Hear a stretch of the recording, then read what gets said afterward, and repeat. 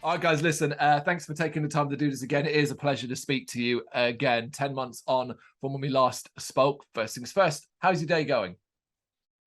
Busy, a lot of work, not enough music. Work as a work. Work. Yeah, a lot of these types of meetings all day. So I'm just trying to snap back into fun mode now, you know? Oh, God. All right. We'll try and make it a little bit more fun than the work. How's everybody overall doing in the worn out camp? Good. Yeah. Just hard to speak for them really. Like we all work like kind of officey jobs and a lot of these types of meetings, but less complaining about work than there definitely was earlier this year. So I think everything's on an upward trajectory. How about yourself? I mean, that's perfect. The fact that it's an upward trajectory, that's the most important thing, that if everybody's feeling good, because, you know, the last 10 months has felt fairly significant for you guys. Anyone that follows you on social media platforms and things like that, you've been fairly busy this year, right? Yeah, we played a good amount of shows and also got in the studio to turn out some new music and also wrote some stuff too. So yeah, fairly busy year, definitely. Well, It's always a blur when you're in the middle of it. So yeah, it just felt like, yeah, I suppose it was busy lately, yeah. But you know, just it's a good flow at the moment as well. Like the more you're doing, the less it feels like work. Mm-hmm. Just like if you're actually on top of it, it feels like tasks every day. I'm just rarely on top of it. Yeah. Is there I a also sense? feel like, sorry, go on. oh sorry. And I also feel like since we actually like played quite a lot of shows this year, like compared to some other peers, I feel like we're almost constantly have a show coming up somewhere, or even just the short runs that we played in Scotland, or even with Chromax in Ireland. So Is there a sense that while you have had plenty to do, that still doesn't feel like enough, right? Yep. It's Well, the eternal struggle, but it's a good problem to have, really, I suppose. If I was feeling like there's too much to do, then we're having an issue. agreed. Well, congratulations on the release of the recent single. Of course, it's Bridge Burner. Got a nice little solid amount of buzz, not been out too long, so dust hasn't even got close to settling on it. How have you found a response so far to it? So the response has been pretty good so far. Like people reaching out and saying this is probably heavier than some people expected. It's a little bit different from what people expected. So yeah, even when we wrote the song, we were like we were sitting in Brian's place where he is right now, and we looked at each other and we are like, yeah, this is actually really great. This is going to turn out great. So yeah, it's cool that people like it. So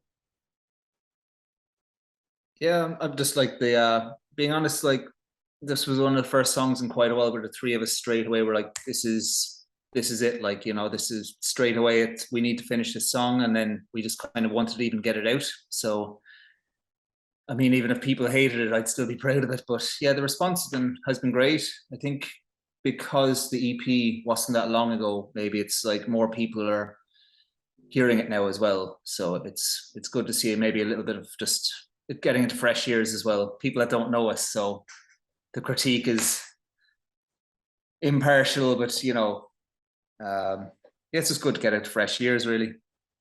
It's all about keeping the momentum rolling as well. You know, the EP isn't that old. You're absolutely right. It's not even a year old at this stage. But what else could you do? Wait another year or two, release an album or another EP. This way, the kind of momentum still, it keeps rolling. Yeah, 100%. Like I think we're getting in a good flow in the band now, just for division of labor. Even like say, oh yeah, Evan, our drummer, handles a lot of the booking side of it. Alex and myself always find jobs to do in the middle. We've taken things a bit more DIY now lately.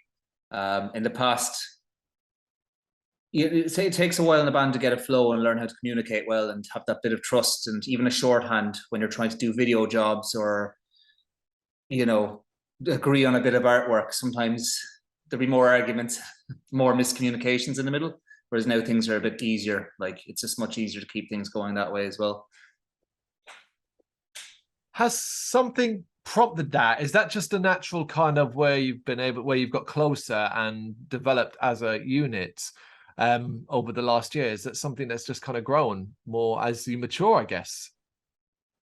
I think so. Like, I don't know, maybe it can go the other way where the more arguments, more water under the bridge, the harder it gets. But I think just after a while, it's just you have to realize, you know, you can have the odd blowout, but it's because you all care. Right. But, you know, we've all tried to wear all the hats at once at one point, and you realize it's too much work. There's other people in the band that are good at these things. You just have to sometimes take your hands off a certain department and say, that's yours, and have a bit of trust. It goes both ways, but I do think maybe it's not maturing. So we're definitely not maturing, but just we're around each other long enough now to know what not to say. The fastest way to get things done. Just know when to shut up. We're still learning that one. You're describing it as a much more well-oiled machine than you ever were before, because of course in any band, I guess the early days is quite chaotic, particularly when you're making what can be described in some circles as quite chaotic music. Yeah, I think to a certain degree, but this is, I don't know where this comes from. Well, I know where this comes from, like a little bit.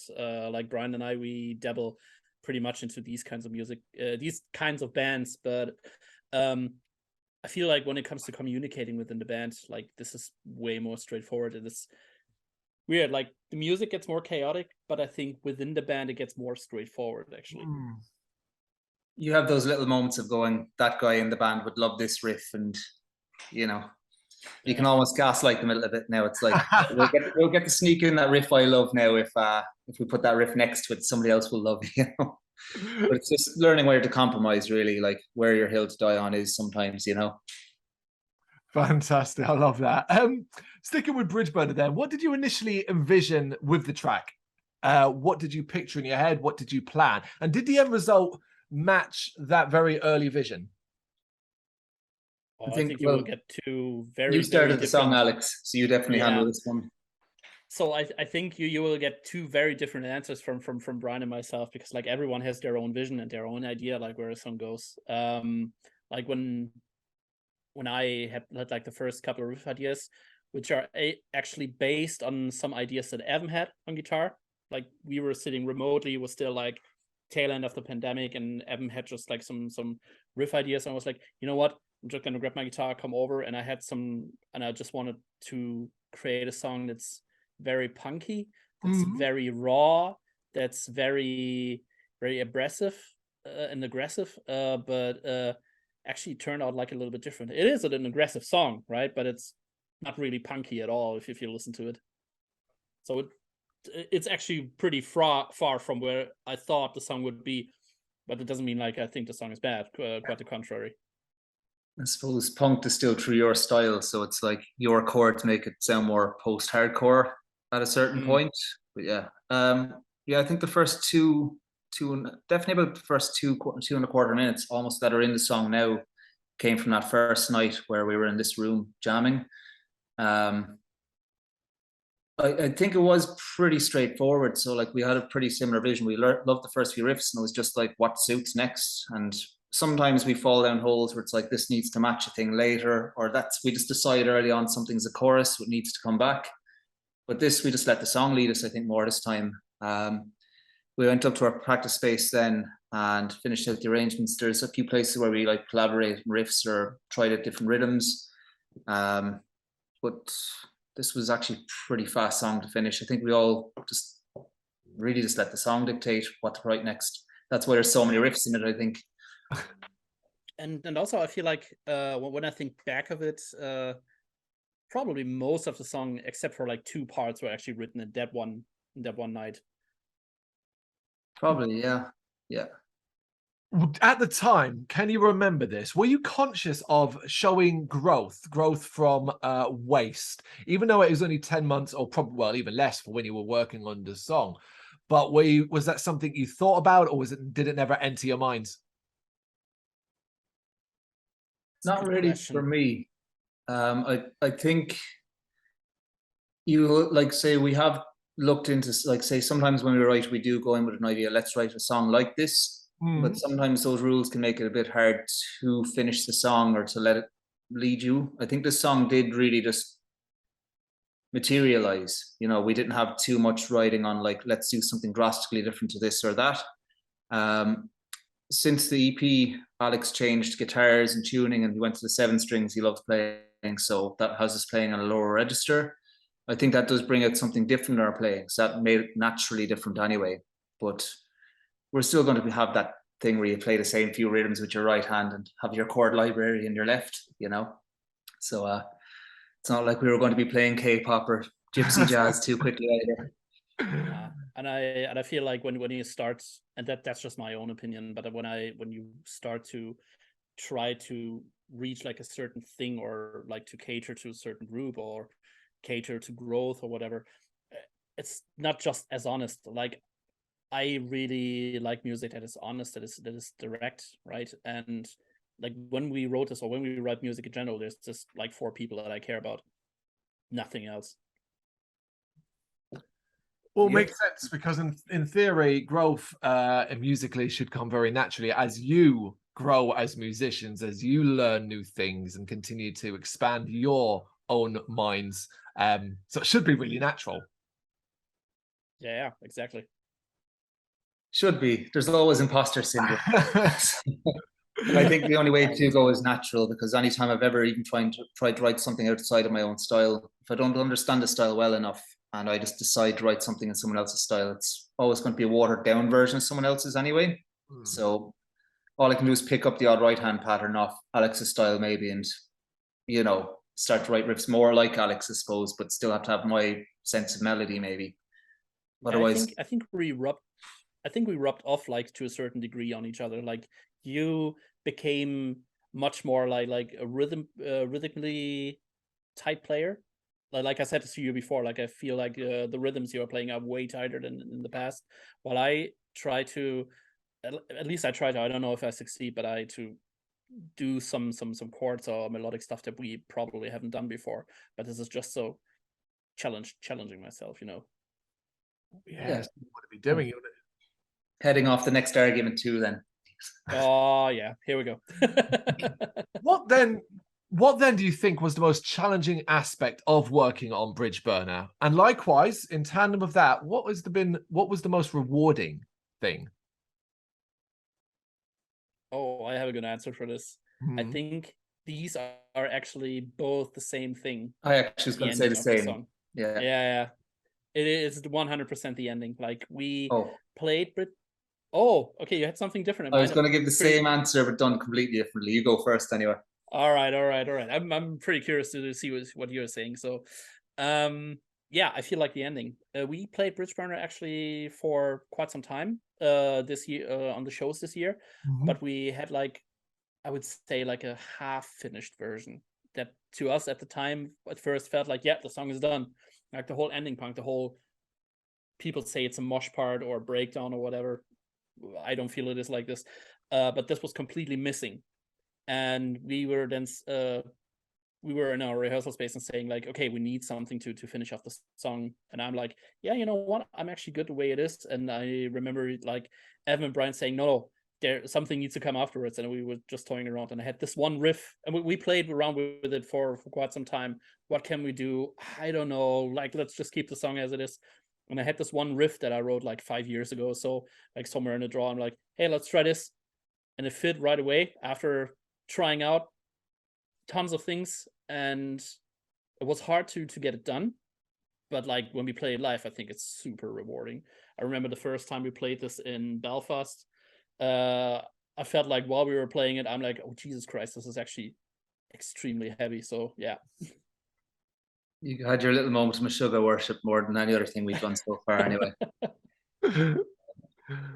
Yeah, like I would have said the most challenging, most rewarding. I was going to say it's the same thing as well, but I think that was the fact that we took a more DIY approach this time. So normally we'd go up to, like, say, a studio. We've recorded all of our previous stuff with Aidan Cunningham, who's brilliant to work with, but this time we just needed to do something a bit different. Plus, I'm not sure the track would have been out by now if we started having to think about all the logistics and places to stay and going up to the studio for multiple days. But Alex and myself normally do a lot of demoing, and it's to a pretty high standard, so we have a decent head for recording, but we took on more of the recording ourselves this time, which was a challenge. There's, you know, it's a discipline. So no matter how good you think this track sounds, you'll always pick up a trick 3 weeks later and be like, fuck, why didn't I think of that? Or I didn't know that one yet.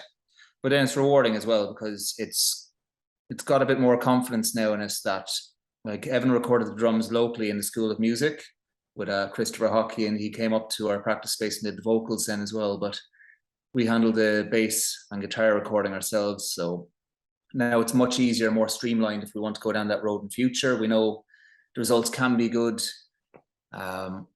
So it's the first time we've taken it that far down a DIY route, but I'm happy with results. I'll never be fully happy because, again, you'll have that little god damn it moment, but you know.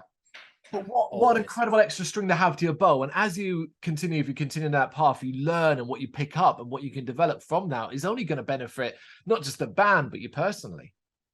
Yeah, 100%. I mean, I definitely wouldn't take on too many other jobs for other bands or other people, seeing how much is involved. And it would make you think twice about jumping into a full album or EP too quickly, because you see how much work is involved in one track. Sometimes you do leave it to the experts for a reason. But knowing it's there as an option now, and the workflow can be fast for us, and even just as a band, we're used enough to recording in studios over the years that we know how to speak to each other and, you know, get the right takes and all of that. There's a bit of a security blanket there as well, you know. We're talking of experts, and you got to tell me, how did the collaboration with Justin Paul Hill come around? So I've been a massive Sixth fan since, like, the Trees Are Dead and Dried Out, but there's an Irish band, Hero and Error. They're a really, like, top tier band. Like, they were touring quite a bit back, I'd say around 2009, 2010. And back then I thought it was the coolest shit ever that they'd gone and recorded over in Weller Hill, like Justin's old studio. And they stayed in contact, but Justin was always, like, was never really on my radar until lately. Evan and myself were talking about potential people to mix it, and my whole thinking had nothing to do. I didn't think he'd end up guesting on the track, but I thought he might be a good fit for mixing, just because we tend to go quite raw and gritty, and because he gets such punch and definition in his mixes, I thought it might be a good counterbalance. So it, like, basically we leaned into somebody that's too punk, it'll end up just being really garbled. It'll sound like it was recorded in a bin, you know. Yep. So Evan reached out, and I'm pretty sure the guys in Here and There might have smoothed it over, but, you know, or else he might have been slightly aware of us to start with. But yeah, just a couple of emails and texts, and yeah, he was like, yep, perfect, send the track over, and just took it from there. He was the nicest guy in the world, very easy to deal with, you know. I love hearing that it is was that simple and straightforward. That's it. Like, I suppose he's in a position where he probably can pick and choose his work more than others, but at the same time as well, it's sometimes as simple as asking somebody. You know, he can build up things in your head, but no harm unless you ask. And then the guest vocals again just came up. We said, like, yeah, this section would suit you if you're up for it. And we'd heard that he turns down a lot of bands, but yeah, again, he was like, yep, no problem, here they are. And the first take he gave us was just what you hear. It was perfect. Yeah. You're not wrong on the whole don't ask, don't get kind of thing. You know, we speak to many bands with collaborations that almost seem incredible to exist, based upon, say, the size of the artist in America and the size of the artist in the UK, for example. Yet it simply often comes about, you expecting some elaborate story about pigeons being flown around and all this and stuff, and it turns out, no, we just sent an email and he said yes. And it's like, oh, cool, that's fantastic, glad it's so easy for you. That's it. It's just nice guy plus good musician, yeah, equals, you know, and that's it. At least if he was going to tell us to fuck off, he would have said it nicely, you know. So yeah, 10 months since Waste. That's 10 months further down the line for Worn Out. And as we said, plenty of shows this year, new single, and I'll imagine there's a lot more in the work. We'll get to that in a moment. But what I wanted to ask you, gents, is what's different in the mindset of Worn Out now when you compare it to 1 year ago? Is it you're more focused? Is it you're more driven? Or is it just a continuation of where you already were? I think it's mostly communication. Like I think the last time we talked to you, we said like the pandemic was pretty hard on us, and it made some times in the band actually really difficult, probably for every band out there. But I think like even just personally, we get along better than we ever have. There were, of course, there's still like some little arguments like in every band, but I feel like things like this actually become easier and become better. And I think this makes it also easier for us to just go on the road, or to just record a single, or to try out new ideas like song wise. And I think this is pretty much different to compare to the end of last year. Yeah, it's definitely easier to appreciate it now, because we would have let small things probably build up more in the past, whereas now we just know how to communicate things out quickly. Know what we have a better idea of what other people in the band want as well. So it's, I suppose, just taking the lead character syndrome out of it and just realizing there are other people there that care as much as you, and their say is just as important. And it's good if we're fighting now and again, if it means we're pulling in the same direction, but just knowing where to hit the reset switch sometimes, and not have small arguments over a riff, where it's just like you can try out both ideas and sleep on it and then realize Alex's idea is better than mine. Or even sometimes just writing a riff where while I write it, I know, okay, Brian is gonna love this. And we have like one song where I just demoed it, brought it to the guys, and I said like, this riff, I knew you will love it. That's it. And I suppose just that bleeds into every other facet of the band then, because there's more trust, which means we're able to delegate things out more easily to the people in the band. So straight away, they have the responsibility and it's work, but nobody's feeling like they're taking on more burden than they have to. You're kind of just like, cool, you've got that. I can leave it alone. I don't have to worry about it. And that frees you up then to think about other things. And then when you're happy in the band, it's easier to make those investments when you're broke and get that extra bit of gear, or, it's just basically easier to focus into the band then as well,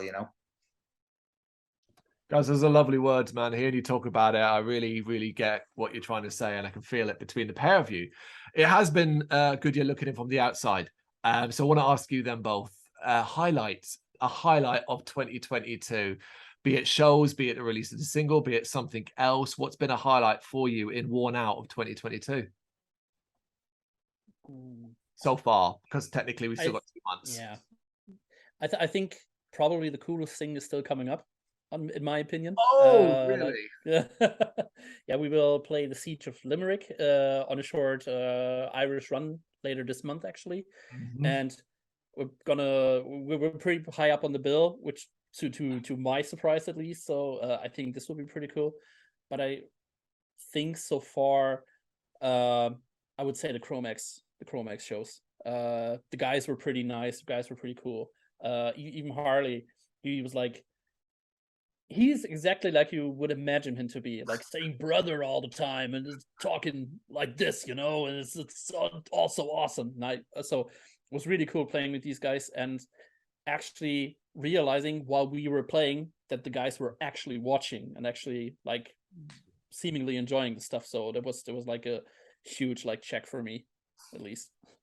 Yeah, they were nicest dudes, but you're like, I was there for a while saying like, God, he never breaks character, and I was like, oh, that's just who he is. It's like, there's no character there. I don't think he can fake it for that long anyway without cracking up.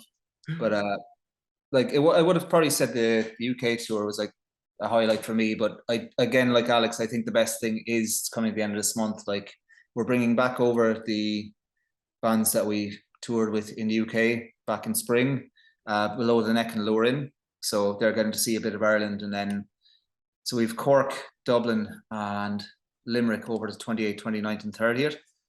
But the Siege of Limerick is like one of the main dates in the festival in Ireland. Like, it's, multiple stages, really receptive crowd. Like, getting to bring them over and show like that many new people, those guys as well, and then a few drinks afterwards. That'll be probably it for me, like, for the year. And also both are actually really, really cool bands. Like both all the shows that we played with them so far. Loved Below the Neck every night. Lower In, they had like a chaotic energy about them. Felt like a more hardcore version of Daughters. Fucking loved it. So it's gonna be really cool to have them over here. Yeah, I'm familiar with them. I've seen them live as well. You're right. It's a great mix. And for anyone interested in the Siege of Limerick, the lineup, man, it is pretty bloody immense. 100-year-old man. Hell yeah. Yep. Absolutely. All right, guys. And what's a realistic goal you can aim to achieve from now until the end of 2023? Something that you're kind of looking at and going, yeah, we're going to do that. I think there's a few band meetings to be had there, really. Like, it's a tough one to answer. Like, and being honest, even if I did know something, then I'd get in trouble for announcing it anyway. But we are on a pretty good run at the moment for just being able to make quick decisions and getting things out, and even knowing now that we can be more DIY with the recording. I couldn't answer your question, to be honest, because this time last January, I was wondering, would we write another new song at that stage? But the amount of time that the pandemic had gone on, I know we've got that same song out. So, I mean, there could be an EP, we could be split up. I could be kicked from the band. Maybe that's what they want to achieve for next year. That's very unlikely. Yeah, is it fair to just sort of sum it up as in that the train's going to keep rolling, you're going to keep moving forward, provided the world allows you the opportunities that you need, as much as your own hard work, there's nothing really going to stop you? Yeah, like, I don't want to jinx it by saying, but yeah. I won't allow things to stop me once I have functional hands and I apologize. I realize I'm very much a kind of person that's constantly like, right, let's big this up and make this the biggest and best thing while we talk. And I realize ultimately that it's obviously me jumping ahead. It's why I always try to word it as you and Evan would be best friends, actually. I was just picturing you. Evan's that guy in the band, you know. It's kind of like he wants everything yesterday, which is great for actually getting me out of bed and doing things some days, you know. And photos of Spider-Man. Always photos of Spider-Man. Last time we did talk, we were doing one of our themed interviews. So this was kept more Q&A based around the new track and what's been going on since then. But I do still want to pick your brains on two specific things before we wrap up. It is, of course, spooky season. It is October. So individually, gentlemen, what would you consider your perfect Halloween night? Oof. Siege of Limerick. Oh yeah, right. Nailed it. Yeah, I probably agree. Like, yeah, can't think of much else, to be honest. No, it's perfect. It really, really is. I love it. That's the best one that someone's come up with to date when we've been answering this question throughout this month.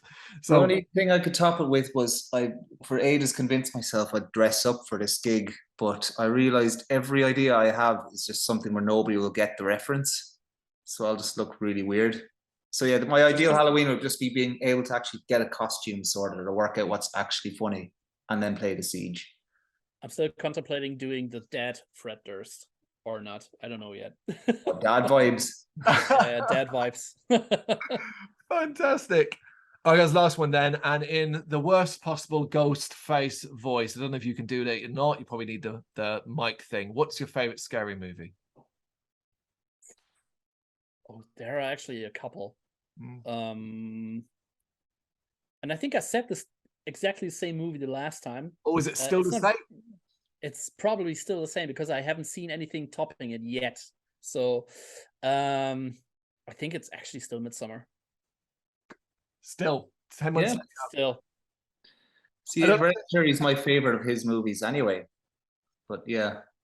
I don't know if that's a reflection on how poor modern horror is or just how strong Midsommar is. Probably both. Also, I haven't seen the new Hellraiser yet, so. Are you guys having the same problem that we're in the UK are having with that film, or why we can't see it? I don't know, actually. So it's not available in the UK on anything legally. The distribution issue that exists. It's on obviously Hulu Plus in America, and while they expect that would come to Disney Plus in the UK, it turns out that Paramount are the ones that made the movie, and that's why it's not happening. So there's no distro in the UK. So if you want to watch it in the UK, you have to do it illegally, which of course is not something I encourage or agree with. But that's the only option you've got if you want to see it in the UK. And I was just wondering, do you know if that's the case with you guys?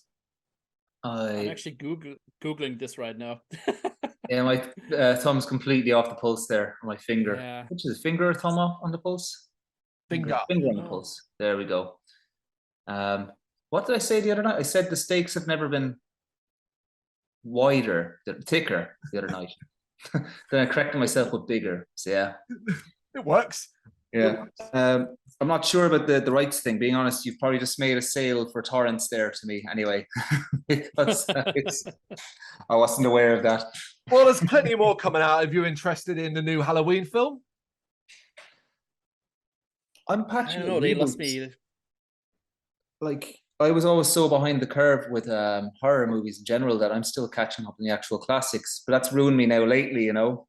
Like, I think I only saw The Conjuring, like, somewhat sober-headed for the first time in the last week, as in, you know, just sober, like, to the point I remembered it. But, like, much better movie than I remember. Like, you know, is it James Wan? That's it, yeah. Yeah, that's it. Like, I enjoy his movies even just for the imagery and the suspense there, but you know, I'm still playing catch up. I'm an amateur at a lot of this stuff. I saw the things you're supposed to see when I was a kid, but you forget about them, so you're almost rewatching them now, you know? Well, that's what the month's for, right? Exactly. Horror, yeah. Well, if we would be talking like horror video games, that would be like a whole different thing, because Callisto Protocol is coming up, Dead Space is coming up, so yeah, we got to wait for all of that. I mean, Dead Space is January, so after, I mean, I suppose after the Christmas blues, if you get that kind of thing, at least you've got Dead Space to enjoy. Yeah, definitely. Did that come up in the last podcast? It wasn't even announced when we it wasn't announced. I'm pretty sure I'd have to rewatch it, but I think what I'd said last time around is if you could give me a Dead Space remake, and it was only one of the only remakes I wanted in the world. So it does actually, you know, you're saying that, this does ring a bell. I haven't watched back the video myself anytime recently, but I do remember the games part of things. I'm sure I can hear your voice saying about Dead Space, and there being quite a lot of an agreement amongst everybody on that. So you're probably just in case this is a magic podcast or I've got some kind of ability that only comes out now, Silent Hill next time, or Metal Gear Solid 1. Actually, what's the name of the director who made like the first Silent Hill movie? He teased something is in the works from his side. Chris. I know he made Christoph Gans.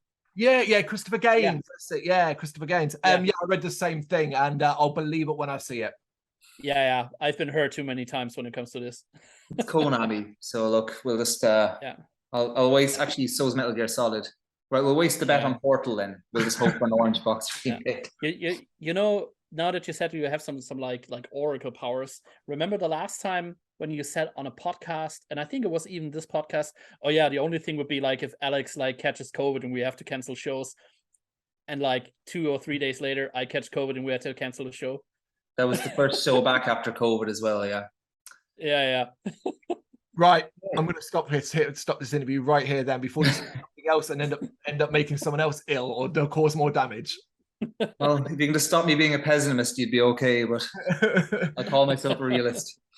Guys, I really appreciate this. It's lovely to talk to you again. Worn out. I guess for everyone out there, just pay attention to your social media. You're going to be busy and we'll follow you along that way, right? Exactly. Cheers for that as well. Thank you. No worries, guys. Thanks for having us, Car. Have a good one. Thank you very much for watching. If you liked what you saw, please help us out by giving us a thumbs up and hitting that subscribe button. If you really liked what you saw, consider donating to keep the website and channel running by buying us a coffee via our coffee page or picking up some merch from our Big Cartel store. You can check us out on gbhbl.com as well as via our social media, Facebook, Instagram and Twitter, as well as listen to our interviews via SoundCloud, Apple Music and Spotify. Just search for GBHBL. Games, horror and heavy metal. What else is life for?